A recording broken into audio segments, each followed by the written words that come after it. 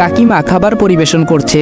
এর মধ্যে তানিশা বলে উঠল, মা ওকে পোলাও মাংস সব খাওয়াও, ও কথা দিয়েছে সপ্তাহখানেক এখানে থাকবে, তারপর এখান থেকে চলে যাবে। কিরে ঠিক বললাম তো? আমি তানিশার কথা শুনে হাসি মুখে বললাম, কথা যখন দিয়েছি তখন আমি আমার কথা অবশ্যই রাখবো। কাকিমা বললেন, এই তানিশা কিসব বলছিস? ও আমাদের ছেড়ে কোথায় যাবে? আমরা ছাড়া কে আছে ওর? তানিশা বলল, মা তুমি ওর হয়ে এখনো সাফাই দিচ্ছ? বুঝতে পারছো না কেন ওকে আমাদের বাড়ি ছাড়তে বলছি? কাকিমা বলল, কেন? তানিশা বলল, কারণ আজকাল ওকে দেখে আমার কেমন জানি ভয় হয়, যদি আমার দিকেই কুনজরে তাকায় তখন। তাছাড়া ও তো আর আমাদের রক্তের কেউ না, আর সবচেয়ে বড় কথা হচ্ছে ও তো একটা চরিত্রহীন ব্যক্তিরা পশুর সমান হয়, তারা কাউকে ছেড়ে কথা বলে না। আমিও তো মাঝে মধ্যে বাসায় একাই থাকি, সেটার সুযোগ যদি ও নিয়ে ফেলে তখন আমার কি হবে?